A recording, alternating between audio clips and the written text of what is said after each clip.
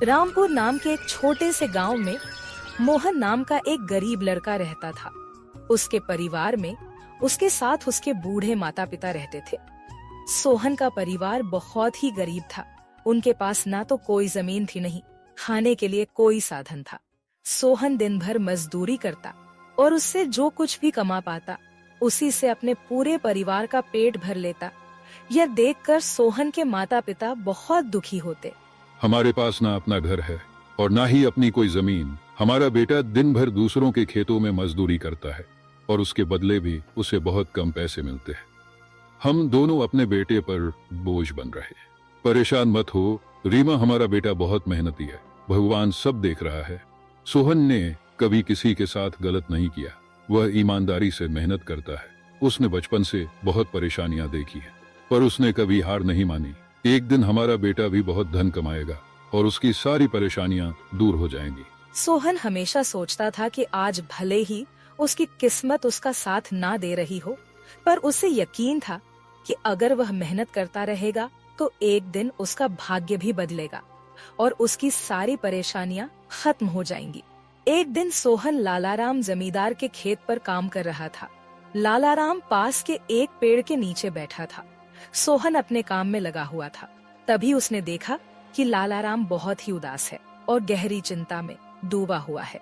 लालाराम को उदास देख मोहन तुरंत लालाराम के पास गया और बोला, क्या हुआ मालिक, आप बहुत उदास लग रहे हैं। मुझे ऐसा लग रहा है जैसे आप किसी गहरी चिंता में हैं। कुछ हुआ है? मुझे बताइए, क्या पता मैं आपकी कोई सहायता कर सकूं। सोहन की बात सुनकर लालाराम को गुस्सा आ गया और वह सोहन से गुस्से में बोला, अरे तू मेरी क्या सहायता करेगा? तू खुद अपनी सहायता कर सकता है क्या? अगर तू किसी की सहायता करने के काबिल होता तो क्या तुझे 2 वक्त के खाने के लिए आज मेरी जमीन पर काम करने की जरूरत पड़ती? चल यहाँ से जा, अपना काम कर और मुझे परेशान मत कर। सेठ जी, ऐसा नहीं है, यह सब वक्त वक्त की बात है। सब किस्मत का खेल है और इंसान को अपनी मेहनत पर विश्वास रखना चाहिए। आज भले ही किस्मत मेरे पक्ष में ना हो, लेकिन अगर मैं ईमानदारी और लगन से मेहनत करता रहूंगा तो किस्मत भी एक दिन मेरी तरफ झुक जाएगी। मेहनत और धैर्य से तकदीर के दरवाजे खुलने में देर हो सकती है, लेकिन मेहनत कभी बेकार नहीं जाती। मोहन की बात सुनकर लालाराम बहुत प्रसन्न हुआ। अरे सोहन, तेरे विचार तो बहुत अच्छे हैं। तेरी बातें सुनकर मन को एक सुकून सा मिला है। इतनी परेशानियों में भी तू अपनी जिंदगी खुश होकर काट रहा है। सेठ जी, यह सब मेरे पिता की सीख है। जब भी मैं किसी चीज के लिए अपने पिता से जिद करता था तो मेरे पिता हमेशा मुझे यही समझाते थे, बेटा सोहन, हमारे पास इतना धन नहीं है कि मैं तेरी हर इच्छा पूरी कर सकूं, लेकिन एक बात हमेशा याद रखना, जिंदगी भी मौसम की तरह होती है। कभी यह धूप की तरह खुशियों से भरी होती है, कभी ठंड की तरह कठिनाइयां लाती है और कभी बारिश की तरह परेशानियां आती है। लेकिन जैसे हर मौसम बीत जाता है वैसे ही जिंदगी के मुश्किल हालात भी गुजर जाते हैं। बस धैर्य और हिम्मत बनाए रखना जरूरी है, क्योंकि एक दिन सब कुछ ठीक हो ही जाता है। अरे वाह, लगता है तेरे पिता बहुत ही नेक इंसान है। किसी दिन मैं भी उनसे जरूर मिलूंगा। मालिक, क्या हुआ है? आप एक बार मुझे साफ साफ बताइए, क्या पता आपकी परेशानी का कोई हल मिल ही जाए। अरे सोहन, मैं एक बहुत बड़ी परेशानी में फंस गया हूँ। मुझे अपनी परेशानी का कोई भी हल नजर नहीं आ रहा है। सेठ जी, एक बार मुझे बताइए तो क्या पता आपकी परेशानी का कोई हल निकल ही जाए। सोहन, हमारे गांव में मेरे पिता की एक पुश्तैनी जमीन थी जो काफी पीढ़ियों से हमारे पास थी। उस पर मेरा और मेरे भाई का हक है, पर हमारे गांव के ही 2 बाप बेटों ने उस पर कब्जा कर लिया है। मैं पुलिस थाने में केस दर्ज कराने की सोच रहा था, लेकिन गांव के बहुत बड़े बड़े लोग उनके साथ हैं। मैं कितनी भी कोशिश कर लूं, लेकिन मैं उन लोगों का कुछ नहीं बिगड़ पाऊंगा।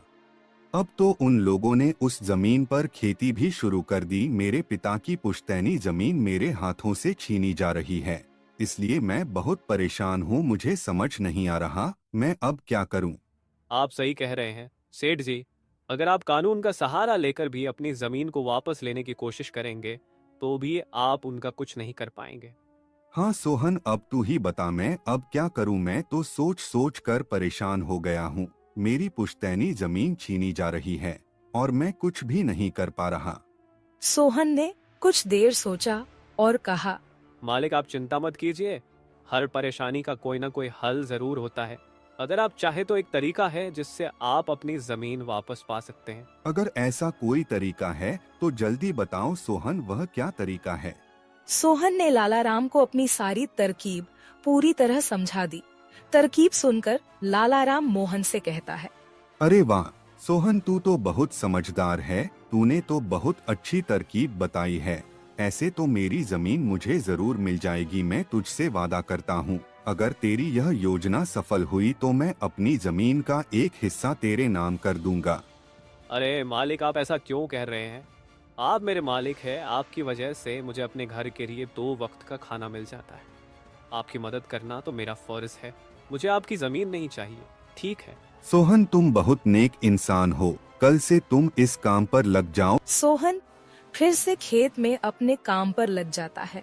अगले दिन सोहन जगत और विनोद नाम के उन बाप बेटों के पास पहुंच जाता है जिन्होंने लाला राम की जमीन पर कब्जा कर रखा था।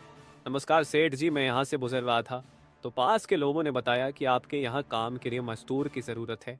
क्या आपके यहाँ मुझे भी कोई काम मिल सकता है? अरे अरे, कौन हो तुम? तुमसे किसने कह दिया कि यहाँ मजदूर की जरूरत है? यहाँ किसी मजदूर की जरूरत नहीं है। सेठ जी मैं एक मजदूर हूँ, पास ही के गांव में रहता हूँ, काम की तलाश में इधर उधर भटक रहा हूँ। हर दिन कहीं ना कहीं काम मिल जाता है, बस उसी काम को करके अपना पेट पालता हूँ। कभी खेती कर लेता हूँ तो कभी कोई मजदूरी। यह तो ठीक है, पर हमारे यहाँ फिलहाल कोई काम नहीं है। सेठ जी मैंने तो सुना है कि आप लोग इस गांव के सबसे बड़े जमींदार हैं, आपके पास बहुत सारी जमीन है, इसलिए आपके यहाँ हमेशा मजदूरों की जरूरत रहती है। इसलिए मुझे लगा कि यहाँ मुझे कोई ना कोई काम जरूर मिल जाएगा।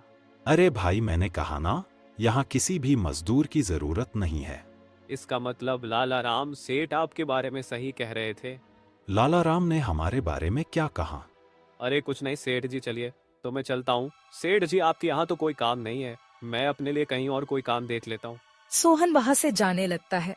तभी जगत विनोद ने सोहन को रोककर यह पता लगाने के लिए बोलता है कि लाला राम ने सोहन को उन लोगों के बारे में क्या बताया है। अरे भाई इधर आओ, शायद तुम्हारे लिए हमारे पास एक काम है। सोहन तुरंत उनके पास चला गया और बोला, धन्यवाद सेठ जी, बताइए क्या काम है? आप जो भी काम बोलेंगे मैं हर काम करने के लिए तैयार हूँ, आखिर बूढ़े माँ बाप का पेट पालना है। अरे सब्र रखो, काम तो हम तुम्हें बता ही देंगे। पहले यह बताओ कि लाला राम हमारे बारे में क्या कह रहा था। सेठ जी मैं पहले लाला राम सेठ के यहाँ काम करता था, पर वह बहुत ही कंजूस और बदतमीज आदमी है। मैं उनकी यहाँ दिन रात मेहनत करता, पर इतनी मेहनत करने के बाद भी वो मेरी सही मजदूरी नहीं देता था। इस बात पर कल मेरी उससे बहस हो गई थी। फिर क्या हुआ? लाला राम ने हमारे बारे में क्या कहा? जब मेरी सेठ लाला राम से बहस हो रही थी तब उसने ने मुझे कहा कि पूरे गांव में उनसे ज्यादा मजदूरी कोई नहीं दे रहा। तो मैंने गुस्से में कह दिया कि गांव के सबसे बड़े जमींदार जगत सेठ और विनोद सेठ सबसे अच्छी मजदूरी देते हैं, इसलिए उनके यहाँ हमेशा काम करने वालों की भीड़ रहती है। हाँ भाई, बिल्कुल सही कहा था। आखिर हम गांव के सबसे बड़े जमींदार हैं। हमारा फर्ज है कि जो भी मजदूर हमारे यहाँ काम करता है उसे उसकी मेहनत के हिसाब से सही मजदूरी मिले। वाह सेठ जी, आपने बहुत अच्छी बात कही। लाला राम सेठ कभी भी आपकी बराबरी नहीं कर सकता, वह तो शायद आपके जितना भी नहीं सोच सकता। जगत और विनोद सोहन की चापलूसी भरी बातों में आ जाते हैं और उसे अपने यहाँ काम पर रख लेते हैं। चलो अब काम की बात करते हैं। तुम एक अच्छे इंसान लगते हो, हमें अपने खेत पर काम करने के लिए तुम्हारे जैसे ही एक मजदूर की जरूरत है। कल से ही काम पर आ जाना। कुछ दिन ऐसे ही बीत गए। एक दिन जगत अपने बेटे विनोद से बोला, विनोद बेटा, यह सोहन तो बहुत मेहनती है, यह अकेले ही 4 लोगों का काम कर देता है। अच्छा हुआ कि हमने इसे रोक लिया। हाँ पिताजी, आप सही कह रहे हो। सोहन बहुत मेहनती है, इसके जितना काम शायद ही कोई और करता होगा। ये पूरा दिन यहाँ काम पर अकेला लगा रहता है। सोहन की मेहनत ने जगत और विनोद का दिल जीत लिया। कुछ दिन और बीत गए। एक शाम जगत और विनोद अपने खेतों का दौरा कर रहे थे। जब वे अपने खेत पर पहुँचे तो देखा कि सोहन इतने देर तक भी काम कर रहा था। सोहन भाई, अब तो रात होने वाली है, तुम इतनी देर तक काम क्यों कर रहे हो? अब घर जाओ और आराम कर लो। सेठ जी हमारी किस्मत में आराम कहाँ है, घर पर बूढ़े माँ बाप है, काम नहीं करूँगा तो उनके लिए 2 वक्त का खाना कहाँ से जुटा पाऊंगा। घर पर बैठकर आराम करने से अच्छा है कि मैं काम करूं। इस तरह मेरा मन भी लगा रहता है। तुम बहुत मेहनती हो सोहन, आज का काम यहीं छोड़ दो और घर जाकर आराम करो। नहीं सेठ जी, इसकी कोई जरूरत नहीं है। मैं काम करने में खुश हूँ। आप लोग जाइए, मैं ठीक हूँ। ठीक है सोहन, फिर हम जाते हैं। जब तुम्हारा मन करे काम खत्म करके अपने घर चले जाना, ठीक है। इसके बाद जगत और विनोद खेत को सोहन के भरोसे छोड़कर चले गए। अगली सुबह जब विनोद और जगत अपने खेत पर लौटे तो देखा कि वहाँ पुलिस खड़ी है। पुलिस को देखकर दोनों दौड़ते हुए आए और पूछा, क्या हुआ थानेदार साहब, आप यहाँ क्या कर रहे हैं? क्या यह जमीन तुम दोनों की है? हाँ थानेदार साहब, यह जमीन हमारी है, हमारे पास इसके कागजात भी हैं। फिर तो तुम दोनों को ले जाकर जेल में डालना ही पड़ेगा। यह क्या कह रहे हैं थानेदार साहब, हम कुछ समझे नहीं, आप क्या कहना चाह रहे हैं? अभी तुम दोनों बहुत अच्छे से समझ जाओगे। वह देखो तुम्हारी जमीन से क्या निकला है। थानेदार के कहते ही दोनों बाप बेटे जब पलट कर देखते हैं तो वहाँ उनकी जमीन में एक लाश दबी हुई थी जिसमें सिर्फ कंकाल बचा था। यह देखकर दोनों बाप बेटे डर जाते हैं। थानेदार साहब, यह किसकी लाश है और यह हमारे खेत में कहाँ से आ गई? अब बहाने मत बनाओ, पहले लोगों को मारो फिर उन्हें अपनी जमीन में गाड़ दो और अब कह रहे हो कि यह क्या है? नहीं थानेदार साहब, हमें नहीं पता कि यह सब क्या है। यह लाश यहाँ कैसे आई, हमें कुछ नहीं पता। अब झूठ मत बोलो, अगर फांसी नहीं हुई तो कम से कम तुम दोनों को उम्र कैद की सजा तो जरूर मिलेगी। फांसी और उम्र कैद की बात सुनकर दोनों बाप बेटे डर गए और थानेदार के सामने गिड़गिड़ाने लगे। थानेदार साहब, हम इस लाश के बारे में कुछ नहीं जानते। हमें नहीं पता यह लाश किसकी है और इसे यहाँ कौन गाड़ कर चला गया। इस मामले से बचने के लिए दोनों ने कुछ तरकीब सोचनी शुरू की। तभी सोहन वहाँ आ जाता है। अरे सेठ जी, यह पुलिस यहाँ क्यों आई है? क्या हुआ है? सोहन देखो, पता नहीं कहाँ से हमारी जमीन में यह कंकाल आ गया है। मालिक, यह कंकाल यहाँ कहाँ से आ गया? ये तो बहुत गंभीर बात है। हाँ सोहन, पता नहीं यह कंकाल यहाँ कहाँ से आया है और थानेदार साहब को लगता है कि इसे हमने यहाँ मारकर गाड़ा है। अब तू ही कोई उपाय सोच जिससे हम इस परेशानी से बच सके। तीनों को आपस में खुसर फसर करते देख थानेदार ने कहा, अब कोई तरकीब मत बनाओ, तुम दोनों बाप बेटों में से कोई एक तो जरूर जेल जाएगा। अब तुम ही तय करो जेल कौन जाएगा। थानेदार साहब, थोड़ा सा समय दीजिए, हम तय कर ले कि जेल कौन जाएगा। मैं बस 5 मिनट देता हूँ, जल्दी से फैसला करो कौन जाएगा जेल। सोहन, जगत और विनोद थोड़ी दूरी पर जाकर बात करने लगे। देखो मालिक, दोनों के फंसने से अच्छा है कि कोई एक फंसे। अब सोचिए कौन जाएगा। हम दोनों में से कोई भी जेल नहीं जाना चाहता। सोहन भाई, कोई उपाय सोचो जिससे हम दोनों इस मुसीबत से बच सके। मालिक, एक बात कहूँ, इस कंकाल को देखकर ऐसा लगता है कि इसे काफी महीने पहले जमीन में दबाया गया होगा। जगत फांसी की बात सुनकर पहले ही डर गया था और सोहन की बात सुनते ही उसने फटाफट पूरी कहानी सोहन को बता दी। देखो सोहन भाई, सच कहूँ तो यह जमीन हमने कुछ महीने पहले ही लालाराम से हड़प ली थी। विनोद की बात सुनकर मोहन ऐसा दिखाने लगा जैसे उसे कुछ पता ही ना हो। क्या क्या कहा मालिक आपने? ये जमीन हड़पी थी, मुझे कुछ समझ नहीं आ रहा, जरा साफ साफ बताइए। जगत ने जमीन हड़पने की पूरी कहानी सोहन को बताई। पूरी कहानी सुनने के बाद सोहन ने कहा, मालिक, मेरे पास एक तरकीब है जिससे सांप भी मर जाएगा और लायत ही भी नहीं टूटेगी। जल्दी बताओ सोहन भाई, क्या तरकीब है? तरकीब बताने से पहले मुझे यह बताइए कि आप लोगों के लिए क्या ज्यादा जरूरी है, यह जमीन या आप दोनों की जान? सोहन, इसमें पूछने वाली कौन सी बात है? हमारे लिए जमीन से ज्यादा हमारी जान प्यारी है। तो एक काम कीजिए मालिक, आप सबसे पहले जाकर थाने आर को बताइए कि यह जमीन सेठ लालाराम की है। आप उनसे बोलिए कि हमने तो कुछ महीने पहले ही यह जमीन बस काम करने के लिए उनसे ली थी, बाकी का काम मैं संभाल लूंगा। अरे सोहन, लेकिन इससे तो हमारी जमीन हमसे छिन जाएगी, फिर क्या होगा? नहीं मालिक, शायद आप मेरी तरकीब समझ नहीं पाए। जब आप थानेदार को बताएंगे कि यह जमीन सेठ लालाराम की है तो पुलिस किसे गिरफ्तार करेगी? सेठ लालाराम को। और जब लालाराम जेल चला जाएगा तब आप लोग फिर से जमीन पर कब्जा कर सकते हैं। इससे आप लोग भी जेल जाने से बच जाओगे और जमीन भी आपके ही के पास रहेगी। सोहन की तरकीब सुनकर दोनों बाप बेटे दंग रह गए। वाह सोहन भाई, तुम तो बहुत होशियार हो। आज तक तुमने हमें अपने काम से खुश किया था, अब तुम्हारी बुद्धि हमारी जान भी बचाएगी। इसके बाद तीनों थानेदार के पास गए और मोहन ने जो कुछ कहा था वही बात दोनों बाप बेटे थानेदार से कहने लगे। थानेदार साहब, यह जमीन हमारी नहीं है। हमने कुछ महीने पहले ही काम करने के लिए यह खेत लालाराम सेठ से लिया था। वह जब खुद फंस गए हो तो अब किसी और को फंसाकर अपनी जान बचाना चाहते हो ना? साहब, अगर आपको हमारी बात पर यकीन नहीं हो रहा तो आप सोहन से पूछ लीजिए। वह हमारे साथ बस कुछ दिनों से ही काम कर रहा है। इससे पहले वह सेठ लालाराम के यहाँ काम करता था। बोलो सोहन, यह जमीन किसकी है? थानेदार साहब, ये जमीन सेठ लालाराम की है। जगत सेठ और विनोद सेठ ने तो बस कुछ समय से इस जमीन पर खेती कराना शुरू किया है। सोहन की बात सुनकर थानेदार ने सोहन से कहा, सेठ लालाराम को बुलाने के लिए कहो। सोहन, तुम एक काम करो, जाओ और सेठ लालाराम को बुलाकर लेकर आओ। सोहन तुरंत जाकर सेठ लालाराम को बुला लेता है, परंतु लालाराम अपने साथ गांव के सरपंच को भी अपने साथ ले आता है। यहाँ क्या हो रहा है? यहाँ इतने लोग क्यों जमा है? देखिए सरपंच जी, इन दोनों की जमीन से एक कंकाल निकला है और अब यह लोग कह रहे हैं कि यह जमीन इनकी नहीं है बल्कि सेठ लालाराम की है। थानेदार ने सरपंच जी को पूरी कहानी सुना दी। अपने आप को फंसा देख जगत ने सरपंच से कहा, नहीं सरपंच जी, यह जमीन हमारी नहीं है।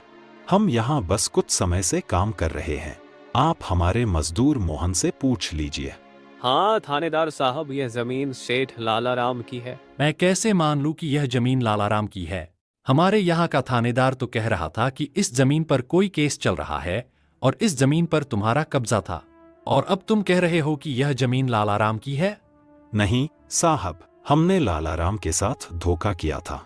हम बस इस जमीन को हड़पना चाह रहे थे, लेकिन अब हमें यह जमीन नहीं चाहिए। अगर आप चाहें तो हम केस भी वापस ले लेंगे। थानेदार साहब, आप जाइए, बाकी का काम अब हम संभाल लेंगे। सरपंच के कहने पर थानेदार वहाँ से चला जाता है। सरपंच ने लालाराम से कहा, अब बताओ, यह कंकाल यहाँ कैसे आया? तुमने किसे मारकर यहाँ गाड़ा है? अरे साहब, यह तो नकली कंकाल है। इन दोनों ने मिलकर मेरी जमीन हड़प ली। मैंने और मोहन ने मिलकर यह तरकीब सोची थी ताकि इन दोनों से सच निकलवा सकें। लालाराम की बात सुनते ही दोनों बाप बेटों के पैर तले जमीन खिसक गई। यह हम दोनों की साजिश थी, इन लोगों के मुंह से सच निकलवाने के लिए। सोहन को इस योजना में शामिल देखकर दोनों बाप बेटों को समझ आ गया कि यह सब सेठ लालाराम और मोहन की मिली भगत थी। दोनों बाप बेटों के पास अपनी गलती मानने के सिवा कोई चारा नहीं था। हमें माफ कर दीजिए सरपंच जी, हम लालच में आ गए थे। हमें माफ कर दीजिए। हम आज के बाद यह गलती कभी नहीं करेंगे और यह जमीन भी सेठ लालाराम को वापस दे देंगे। जगत और विनोद दोनों सरपंच और सेठ लालाराम से माफी मांगने लगे। दोनों को इतना गिड़गिड़ा देख लालाराम ने उन्हें माफ कर दिया। सरपंच ने भी उन्हें जेल नहीं भेजा और सेठ लालाराम ने अपना केस वापस ले लिया। लालाराम के केस वापस लेने के बाद सरपंच जी भी वहाँ से चले जाते हैं। धन्यवाद सेठ लालाराम जी, आपने हमें माफ कर दिया। आज के बाद हम ऐसी गलती कभी नहीं करेंगे। ठीक है जगत, कोई बात नहीं, मैंने तुम्हें माफ किया। बस याद रखना कि एक जमीन के टुकड़े के लिए तुम अपनों के साथ कभी गलत नहीं करना। बुरे समय में तुम्हारे अपने ही तुम्हारे साथ खड़े होंगे।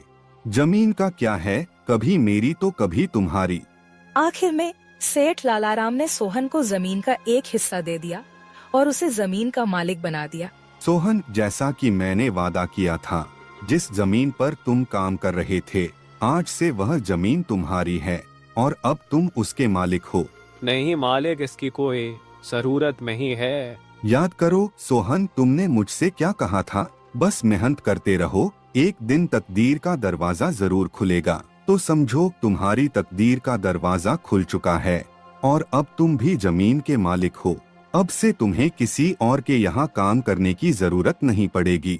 इस तरह मोहन ने अपनी मेहनत और बुद्धि से सेठ लालाराम को उसकी जमीन वापस दिलाई और दोनों ठगी करने वाले बाप बेटों को भी सबक सिखाया।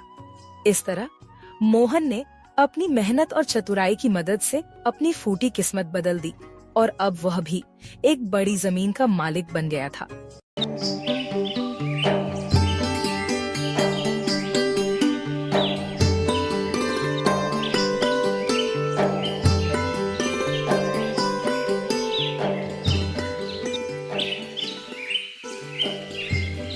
बादलपुर नाम के गांव में एक अमर नाम का व्यापारी रहता था। अमर अनाज का व्यापार किया करता। अमर बहुत ईमानदार इंसान था। वह हमेशा लोगों की मदद करता, कभी किसी को मना नहीं करता। उसके पास धन की कोई कमी नहीं थी। वह बहुत अच्छी तरह से अपना जीवन व्यतीत कर रहा था। उसके आसपास के दुकान वाले उसे थोड़ा झल्ला करते थे, क्योंकि वह ऊंचे दर्जे का अनाज लेकर आता और कम दामों में भेच देता, जिससे दूसरे दुकानदारों का नुकसान होने लगा था। गांव के सभी लोग अमर के पास ही आते और अमर से ही अनाज खरीदते। दरअसल उस गांव में बारिश बहुत कम होती थी। इस कारण कुछ गिने चुने लोगों के पास ही खेती थी। बाकी के लोग मजदूरी करते थे। हे भगवान, तेरी दया से आज मेरे पास सब कुछ है। तेरी कृपा से आज मैं इस गांव में एक अच्छा जीवन जी रहा हूं। मेरे पास धन की कोई कमी नहीं है। मुझसे जितना बन पड़ता है मैं लोगों की मदद कर देता हूं। सब तेरा ही दिया हुआ है। इस गांव में बहुत से ऐसे लोग हैं जो खुद से अनाज भी नहीं खरीद सकते। मैं उन्हें बहुत कम दाम में भी अनाज दे देता हूं। भगवान, ऐसी कृपा दृष्टि मुझ पर बनाए रखना कि मैं लोगों की हमेशा सेवा कर सकूं और मदद कर सकूं। इतना बोलकर वह मंदिर से घर की ओर चला जाता है और दूसरे दिन। अरे अमर भैया, आपसे थोड़ा काम था। अरे बोलो बंसी, क्या काम है तुम्हें मुझसे? वह दरअसल भैया बात यह है कि मेरी बेटी की तबीयत बहुत खराब है और उसी चक्कर में बहुत सारा पैसा अस्पताल में खर्च हो गया है। आप तो जानते ही है कि मैं जमींदार के यहाँ मजदूरी करता हूँ। थोड़ा बहुत पैसा मिल जाता है, लेकिन वह पैसा इस बार अस्पताल में खर्च हो गया। घर में अनाज खत्म हो गया है। घर में सब भूखे हैं। क्या आप मुझे थोड़ा अनाज उधार दे सकते हो? जैसे ही मेरे पास पैसे आएंगे मैं आपको चुका दूंगा। अरे बंसी, इसमें कौन सी बड़ी बात है? तुम ये बात इतना हिचकिचाते हुए क्यों कह रहे हो? अगर कोई तकलीफ है तो तुम मुझे सीधे बता सकते हो। अभी इसके बाद ऐसे कभी हिचकिचाना मत। जितना भी अनाज लगे मुझसे मांग लेना और पैसे की कोई जल्दी नहीं है। जब तुम्हारे पास आएंगे तब तुम लौटा देना। अमर भैया, आज आप मेरे लिए किसी भगवान से कम नहीं हो। आज आपने मेरी बुरे समय में मदद की है।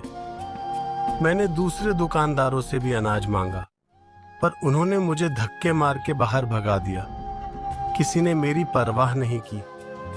आपका दिल बहुत बड़ा है भैया। भगवान करे आपका व्यापार दिन दुगना चार चौगुना तरक्की करे। आप पर ईश्वर की कृपा हमेशा बनी रहे। आपका बहुत बहुत धन्यवाद भैया। अरे इसमें धन्यवाद की क्या बात है? यह सब तो ईश्वर का दिया हुआ है। धन्यवाद करना है तो ईश्वर का करो। आज उसी की बदौलत मैं तुम्हारी मदद कर पा रहा हूं, वरना मेरी क्या औकात कि मैं किसी की मदद करूं। यह सब उसका ही दिया हुआ है। ऐसे ही अमर लोगों की मदद किया करता। उस गांव में एक और बनीर की दुकान थी, जिसका मालिक शांताराम था। शांताराम की दुकान पर ग्राहक बहुत कम हो चुके थे। वह इस वजह से बहुत चिड़चिड़ा हो गया था। मालिक, आपके कहे अनुसार मैंने चावल में सफेद कंकर मिला दिए हैं। क्या फायदा तेरे कंकड़ मिलाने का? कोई ग्राहक आता ही नहीं। दिन ब दिन मेरा तो धंधा चौपट होता जा रहा है। अब मुनाफा तो बिल्कुल ना के बराबर हो रहा है। सारे लोग उस अमर की दुकान पर ही जाते हैं। मुझसे तो कोई अनाज खरीदने के लिए ही तैयार नहीं। अच्छे दर्जे का सामान सस्ते दामों में भेज देता है मूर्ख कहीं का। फिर भी इसका व्यापार बढ़ता ही जा रहा है। ये पूरे गांव में सबसे बड़ा आदमी बनता जा रहा है। इसको बहुत शौक है ना लोगों की भलाई करने का। इसको तो सबक सिखाना ही पड़ेगा। लोगों की नजरों में बहुत अच्छा बन रहा है ना। मुझे इसका कुछ करना पड़ेगा। इसको सबक नहीं सिखाया तो मेरा नाम भी शांताराम नहीं। शांताराम अपने पड़ोस के एक दूसरे व्यापारी से मिलता है।